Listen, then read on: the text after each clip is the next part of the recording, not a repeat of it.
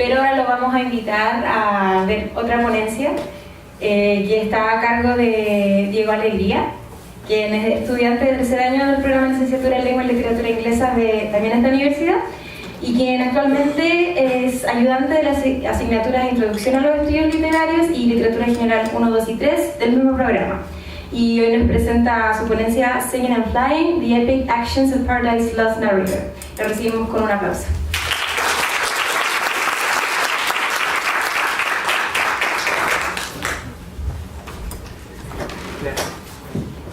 Gracias. Voy a colocar ahora.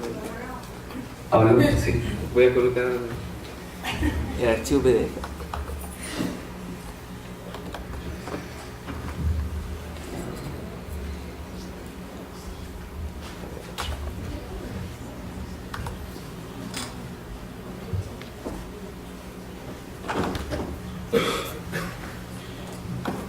Muchas gracias.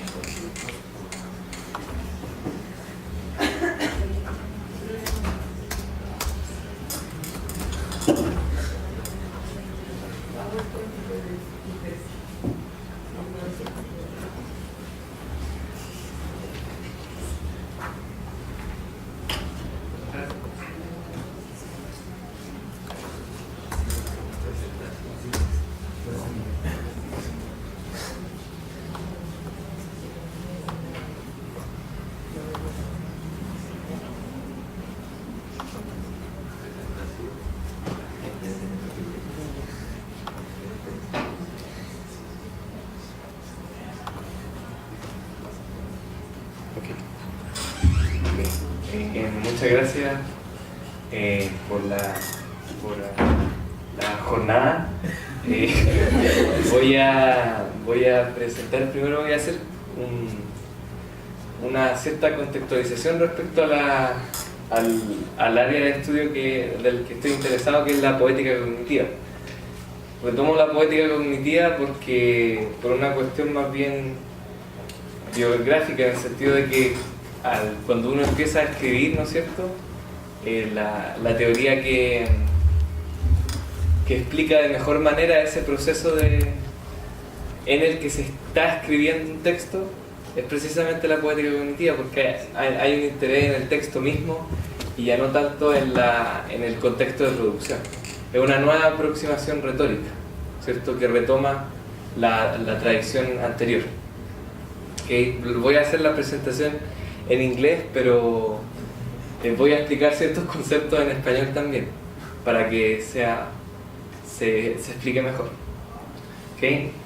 So, bueno, el nombre ya lo conocen y vamos a comenzar. Following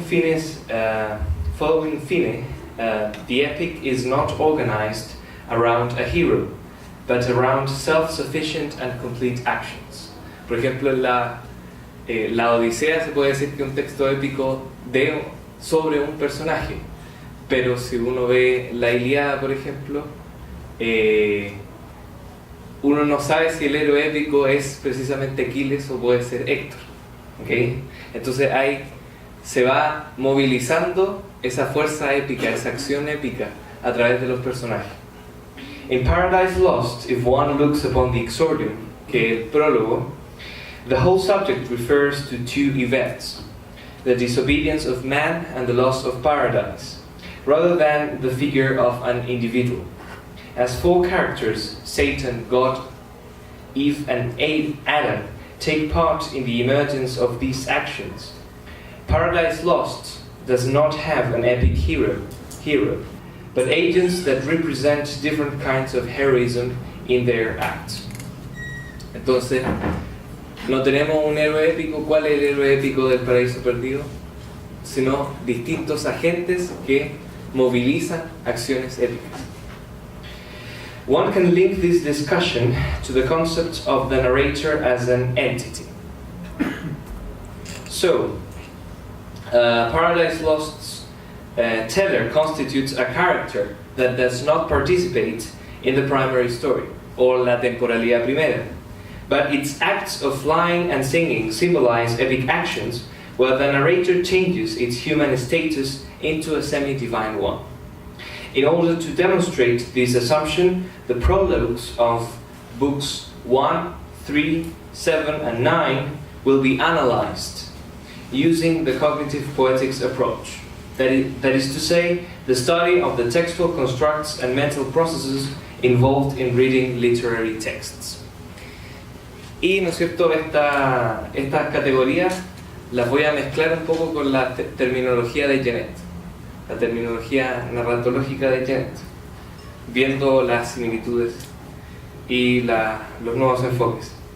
Every narrative structure is formed by narrative spaces, which are textually prompted constructs in the emergence of the story. O sea, son espacios mentales, distinguished by their temporal dimensions, their consistent subplots, and or their construction of a specific epistemic point of view. o sea, lo que conocíamos como el punto de vista o la focalización en una historia se le denomina viewpoint, y ese viewpoint crea, ¿no es cierto?, este espacio mental donde entonces se encuentran los personajes, se encuentra el narrador. Okay? Therefore, the particular use of these features configures the viewpoint of the narrative space, a category which determines the structure of three different types of spaces. The first one is the story viewpoint space, where the narrator is located. The second one, the main narrative space, or MN space, where the primary story takes place. Entonces tenemos esta temporalidad primera que está en el espacio mental del main narrative space, y más grande que eso está el espacio mental donde se encuentra el narrador, y el narrador puede estar incluido dentro de esa temporalidad primera, ¿cierto? Cuando tenemos un narrador de primera persona, el narrador está dentro de la historia, por lo tanto hay un blending entre ambos espacios mentales. And the third one, the ego viewpoint space, where the focus is each character. Based on the degree of distance between the SD space, the story viewpoint space, and the main narrative space, there are two types of tellers. On the one hand, the narrator on stage, O lo que conocíamos como el narrador homodiegético, which is located in the CV space and in the M space, lo que decía del blending, participating or not in the primary story as an independent voice, and profiling its ego viewpoint, generalmente, esto es prototípicamente, characterized by the use of the first person. También puedo utilizar la tercera persona. On the other hand, the narrator of stage, O lo que conocíamos como el narrador heterodiegético, which is only located in the CV space, por lo tanto está fuera de la historia, fuera de ese espacio mental, ordering the narrative and profiling a local or narrow epistemic viewpoint, lo que conocíamos como focalización externa, or a global or general one, que sería la focalización cero. Pero conviene más esta terminología. characterized by the use of the third person. Along the lines of Paradise Lost, the narrator has a dual nature. He's configured as the narrative voice of the primary story, but he's also a physical entity located in different physical spaces: Aeonian Mount, Hell, and Heaven. That is to say, a human being who talks about, in quoting, all our woe with the loss of Eden, using the first person plural to express the consequences of Adam's disloyalty towards God, and describing himself indirectly as a fallen man. O sea, sabemos que es una entidad física, y como entidad física es un ser mortal, y al ser un ser mortal es un ser caído, ¿no es cierto? Both characteristics are closely related to the epic actions of the narrator. The teller sings an adventurous song as a narrative voice, and flies through distinct physical spaces as a physical entity. In order to achieve these actions, the fictional subjectivity, El narrador needs the help of Urania, the heavenly muse, who is an instance of inspiration and not simply a classical model or holy spirit, but a mediator between hell and paradise, metonymically expressed as eternal light and holy light, offspring of heaven, firstborn, respectively. Es decir, necesita la inspiración de la musa para, ¿no es cierto?, traducir el lenguaje divino en un lenguaje humano. In relation to the epic action of singing, the teller is chosen by God, as he is inspired by Urania, in order to translate the muse's voice into his own human language and the divine story into his own song. Hence, the narrator is textually constructed as an authorial one. Aquí tenemos un narrador autorial, un narrador que habla precisamente de su quehacer literario, del mismo proceso de narración. Por eso se le denomina como categoría un narrador autorial. Dice, a poet who pursues, who looks at things unattempted yet in prose or rhyme. ¿Cierto? Que busca la originalidad, which constitutes a contradictory aim. The teller configures his song by rebuilding a biblical story and by establishing an intertextual dialogue with classical mythology and literature. O sea, quiere hacer un texto original, pero hace un texto original a partir de una historia bíblica, una historia que ya está hecha, y utiliza elementos de otras tradiciones, la tradición clásica, que es la mitología y la literatura. Nevertheless, the song is adventurous, because according to Harold Bloom, those authors and references are recreated by combining different modalities. Según Bloom, tenemos lo trágico, lo cómico, lo épico, lo lírico en El Paraíso Perdido. Y es un ejemplo paradigmático precisamente de la hibridez en la configuración del texto, en la composición del texto.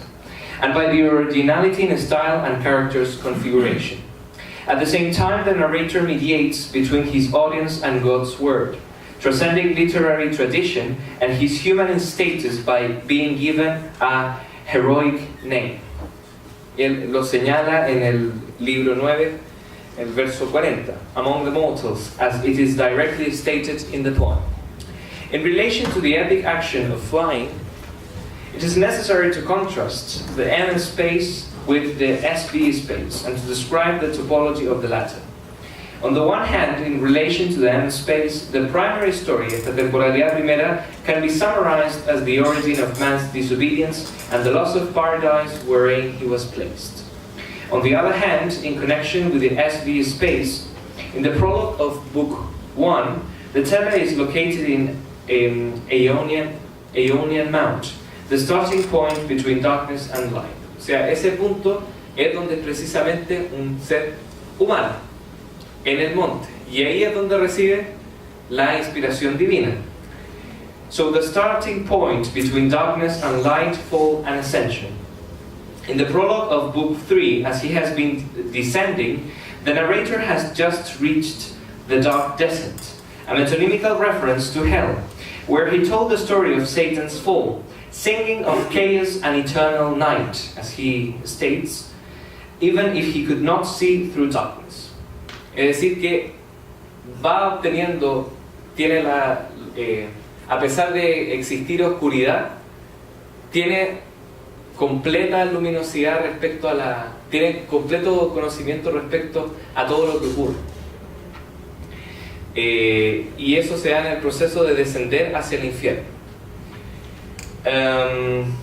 At the same time, the narrator wants to express what the light of God has created in the realm of heaven, which corresponds to the rising world of waters dark and deep, the antithesis of darkness and chaos, a goal which is going to be achieved from Book 3 to 7. By the act of flying, the teller rebels against his own condition of a fallen man, penetrating divine spaces, hell and paradise, places which are forbidden to living men, and becoming a semi-divine figure, not a divine one, because he is still a mortal one.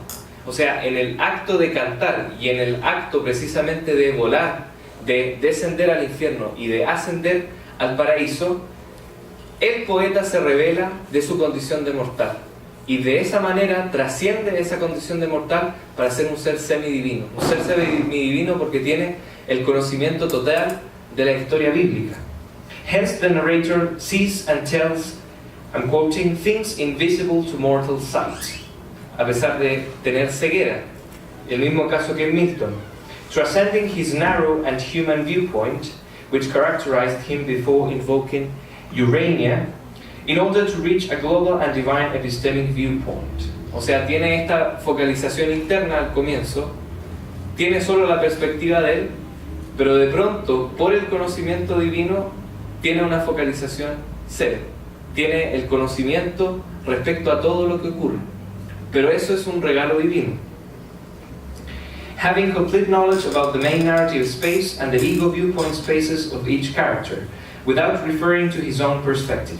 Although he's constructed as a narrator on stage, porque es un narrador homodiegético who does not participate in the primary story. In other words, the teller has a complete perspective of every event and every character, because Urania and God have given him divine wisdom, a present which can be contrasted with Adam's and Eve's method of acquiring knowledge, by eating the forbidden fruit, disobeying God's rule. Es decir, aquí se establece una paradoja. ¿En qué sentido? Es Adán y Eva los que quieren obtener el conocimiento divino a partir de desobedecer la, ¿no es cierto?, la regla y, ¿no es cierto?, comen la fruta que significa el pecado. Pero el poeta es aquel que recibe como regalo ese conocimiento divino que es la verdad, es la sabiduría divina, como llama Milton. In the prologue of Book 7, the teller wants to descend from paradise, which is the beginning of his own fall, asking Urania's guide in order to return to his native element, a metonymical reference to the mortal world. O sea, llega a este espacio en el paraíso, tiene el conocimiento total, pero tiene que volver a ser hombre, tiene que volver a ser mortal. Y de esa manera cantar la historia del hombre, ya no la historia divina. This aim is related to the creation of the world and man, and the disobedience of Adam, narrated in the following books, which corresponds to the beginning of human history. The narrator tells in one way or another his own story, combining the eternal wisdom, that means the global epistemic viewpoint, la focalización cero, because of the celestial song of the moose, with his own ego viewpoint, and blending both the MN space with the CV space. O sea, un narrador que está fuera de la historia, pero que también está dentro de la historia porque es un ser humano. Y tiene un conocimiento interno de los personajes y un conocimiento total. El conocimiento interno que es humano y el conocimiento interno que es humano y el conocimiento externo que es divino. In contrast with the previous chapters, from book 9 onwards, there are no direct textual references to the narrator as a physical entity, because he does not fly anymore through infinite spaces. The teller is configured mainly as a narrative voice, which, inspired by Urania's voice, conserves his semi-divine status until the end of the song, being the epic action of singing present in the whole of Paradise Lost. O sea, termina de ser se despersonaliza totalmente el narrador, pero sigue teniendo esa acción épica de cantar, esa acción épica que va a terminar. Cuando el canto termina, cuando emerge el silencio, termina, ¿no es cierto?, ese estatus semidivino del poeta. As a conclusion, the essay has discussed the dual nature of the narrator, being both a narrative voice, y ahí tenemos la acción épica del canto, and a physical entity, la acción épica de volar, a configuration related to the epic actions of singing and flying. On the one hand, the former of these actions is understood as the creation of an original song, being the narrator a poet that, chosen by God and guided by Urania, transcends literary tradition. On the other hand, the latter is related to the process of acquiring a global epistemic viewpoint, desde una focalización interna llegar a una focalización cero, by penetrating hell and heaven. An interesting phenomenon because the teller is configured as an on-stage narrator, un narrador homodiegético with complete knowledge about the primary story, porque es una paradoja. At the same time, by the act of flying, the narrator transcends his human nature as a fallen man, becoming a semi-divine figure, a new status which is symbolized by the act of ascending. That's it.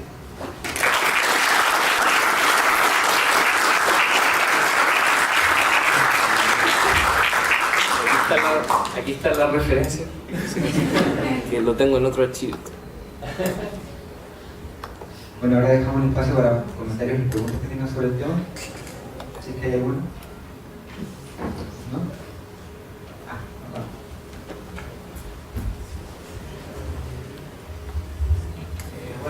Bueno, primero que todo, agradecer tu presentación, está muy interesante. Hay un elemento que me llamó bastante la atención, que fue como la acción, que es como un elemento que promueve precisamente la narración. ¿Sí? Y me gustaría definir cómo la construcción en Milton se refiere precisamente a una construcción de un mito. O sea, a la relación, a una narración ligada a que, como tú mismo lo mencionaste, no tan solo se mezcla la historia bíblica, sino que también se mezclan otras tradiciones, como la tradición griega y la romana también.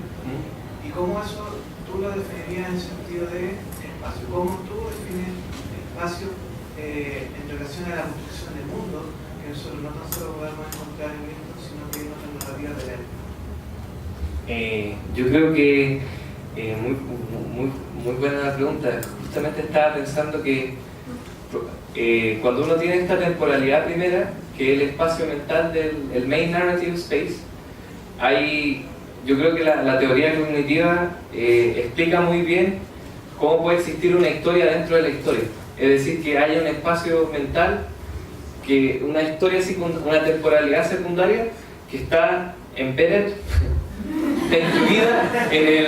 está incluida en esa temporalidad primera. Y esa inclusión en ese mismo espacio mental, ahí estaría dado el mito. Y ahí estaría dado esa relación intertextual, ¿cierto? Pero respecto a lo del mito, la verdad que no sé mucho respecto al tema, porque me aboqué más bien a los procedimientos narrativos utilizados por Milton. Aún así, lo que sé de Milton es que, o sea, hay una lectura que siempre fue muy atenta respecto a los clásicos y a la literatura latina, ¿cierto? Él admiraba a Virgilio y creo que más bien eso, Orlando. Si quieres después conversamos, pero todavía no. Pero es más bien eso, lo que te digo de la historia secundaria, que sería un espacio mental dentro del espacio mental de la temporalidad primera. Hola, Guillo. Bueno. Casi en la casa. Pucha, primero agradecerte enormemente por tu generosa visión de la literatura. Pero sabes que voy a tomar de tu presentación para preguntarte algo que te preguntaron el profesor, así como en línea, si me preguntas eso. Lo que pasa es que aquí, aparte de literato, lingüista y también profe, entonces yo hace rato la pregunta del compañero atrás me dejó así como volando, así loco. ¿Cómo aterrizamos todo este conocimiento a los estudiantes? ¿Cómo hacemos que el mundo sea no trivial para los estudiantes? Que las cosas no se den por sentadas, do not take anything for granted. Es como lo que yo intento preguntarme siempre cuando estoy haciendo clase de alguien. ¿Cómo hacemos ingresar a los estudiantes a lo que a nosotros nos fascina tanto? Quizás no reproducir la experiencia nuestra, pero sí que ellos, digamos, no vean que el mundo, que no ven las cosas, no trivializar el mundo. ¿Cómo lo harías tú como profe? Disculpa que te pregunte, quizás te estoy insultando, pero... No, a mí me parece que... No es la mala onda, amiguito. No, sí, yo creo que una buena manera, o sea, siento que es como la mejor manera de aprender y empezar a seguir profundizando los temas, estableciendo asociaciones que el profesor, ¿no es cierto?, empieza a hacer asociaciones respecto a distintas materias, ¿no es cierto? Que no sea simplemente pasar la cátedra respecto a un tema en específico y no empezar a dialogar con otros, o también tampoco dialogar con otras disciplinas. Creo que por eso también la interdisciplinariedad que tiene la poética cognitiva tiene una flexibilidad, ¿no es cierto?, para incorporar los estudios literarios, la tradición retórica, de solo el texto mismo como hecho de lenguaje, y al mismo tiempo incorporar los estudios cognitivos. En mi caso, lo de la lingüística cognitiva, pero hay también estudios de la percepción, de psicología cognitiva respecto a, por ejemplo, cómo se percibe un poema, por ejemplo, la entonación en un poema, en los versos. Yo creo que ese principio de empezar a establecer asociaciones, creo que nutre el aprendizaje. Eso.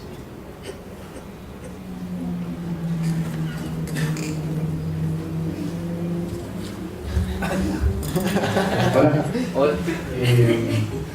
Bueno, la pregunta que tengo es un poco fuera del marco de tu exposición. Al principio, tú mencionaste cognitive poetry. Sí. Me gustaría que explicaras un poco más eso. La poética, es que hay dos tipos de escuelas o approaches, que lo llaman los de la poética cognitiva. Está el approach, la perspectiva que es arqueológica, es decir, que ve al texto literario como un documento histórico. Entonces, a partir de este texto literario, veo el contexto de producción en el que se ve inmerso ese texto literario. Entonces, por ejemplo, en la presentación respecto al drama histórico, cómo Shakespeare refleja en sus obras la época isabelina, ¿no es cierto? En cambio, la tradición retórica, o sea, la poética cognitiva viene de una tradición retórica, es decir, que está interesado en la materia verbal de los textos. Entonces se interesa más que nada por el lenguaje, y en este caso por los procedimientos narrativos que hacen construir el texto. Y la poética cognitiva trata de vincular los estudios literarios de la retórica y la estilística con la lingüística cognitiva en este caso. Entonces la lingüística cognitiva, los constructos mentales que generan el texto.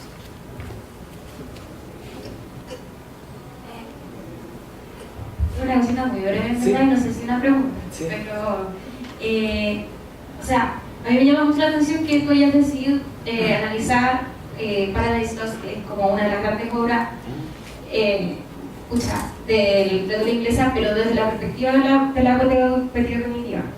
Y teniendo en cuenta de que estoy en el mismo programa, yo sé más o menos como en los stages que uno va, y quizá me interesa saber cómo tú ¿por qué optaste por la poética cognitiva para analizar o para estudiar Paradise Lost, siendo que quizás son como dos polos totalmente separados dentro de, sobre todo aquí en la carrera, que la lingüística cognitiva no se ve tan a fondo, y sino que tienes que estar como más avanzado en el programa como para recién empezar a verlo? Eso es como mi pregunta. A mí me pasó que, me interesaba lo de los estudios cognitivos, entonces había buscado un poco lo de la poética cognitiva y le pregunté al profesor Yorgo si conocía material, y el profesor Yorgo me envió harto material, y ahí encontré un libro que se llamaba Lenguaje de la Historia, de Danzig, y ahí fui explorando y vi que tenía mucha relación con lo que había pasado en Introducción a los Estudios Literarios, que era lo que y después la clase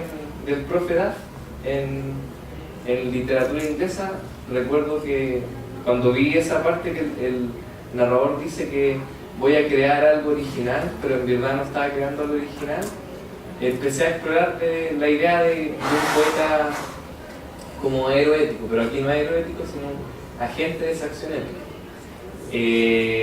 Y después traté de hacer algún vínculo con esa teoría, con esas categorías, y ahí empecé a ver que en ese acto de ascender y descender, había una relación entre esos espacios mentales. Y de esa manera lo empecé a configurar. Y ahí me empezó a gustar también esa teoría. Sí. Gracias. Bueno, democracia la... Siento. Hola, gracias por tu presentación porque de verdad estuvo muy buena. Yo soy media matada para la literatura, entonces, y entendí todo y me parece súper interesante. Porque yo no conocía nada de como este tipo de análisis, así como de poesía cognitiva y todo eso. Entonces, pregunta quizá un poco desde la ignorancia, pero ¿qué hace, ya que no toman tanto en cuenta el contexto de producción, qué se hace en ese caso como con la figura del autor y... O sea, la figura del autor, o sea, ahora se está tendiendo a llevar el tema del contexto de producción, pero al principio se estudiaba al texto como un objeto cerrado. Entonces el aspecto biográfico no cuenta en el análisis del texto. Claro, hay una teoría antigua que es la nueva crítica estadounidense, que también estudia de esa manera. Bloom pertenece a esa generación, que estudia el texto también como materia de arte. Y yo siento que antiguamente así era como estudiaban. Milton estudió así, aunque era más prescriptivista todo, pero el estudio de la poesía era precisamente obtener oficio, obtener técnica literaria. Y creo que esta aproximación logra eso si alguien quiere escribir, por ejemplo. Muchas gracias.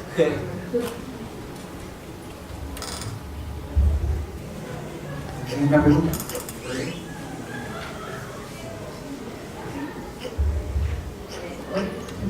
Digo, excelente presentación, muy dinámica, realmente entretenida y explicaste de una manera muy clara los contenidos. Y hablando de estos dos enfoques desde poética cognitiva y arqueológica, la verdad es que me gustaría saber si realmente tú le das un enfoque arqueológico de acuerdo a la relación de la voz literaria que se usa en Paradise Lost junto al autor, netamente Milton. O sea, en este trabajo no realicé eso, pero siento que hay una relación, justamente una identificación. Claro, porque Milton, o sea, toda la vida Milton había pensado que iba a escribir una gran obra que iba a ser El Paraíso Perdido. Y también está esta idea de la ceguera, que es un tópico recurrente en la literatura. Homero era un ciego, pero también era un vidente. Tiresia, que este vidente en Edipo Rey, también es alguien, un ciego, pero también un vidente. Entonces, la ceguera tiene una relación con ese conocimiento del mundo que es completo, que es adquirir al final la verdad. Y yo creo que Milton quería hacer eso. Es un viaje de exploración hacia sí mismo, el mismo proceso escritural, el hecho de cantar esta historia bíblica. Yo creo que esa es la relación biográfica. Y habría que ahondar más, por ejemplo, cuando vimos lo de los sonetos, obviamente que hay una relación biográfica. El hecho de que él quiere desatarse de ese problema que tiene, es un conflicto que tiene con Dios también, porque lo dejó ciego. Entonces, claro, entonces él tiene que luchar contra eso de una manera estoica, pero también lo ataca con la imagen de Satán, por ejemplo. Pero esa es una lectura, depende del tipo de lectura que uno quiera dar. Pero eso. Bueno, digamos, de nuevo muchas gracias por la ayuda.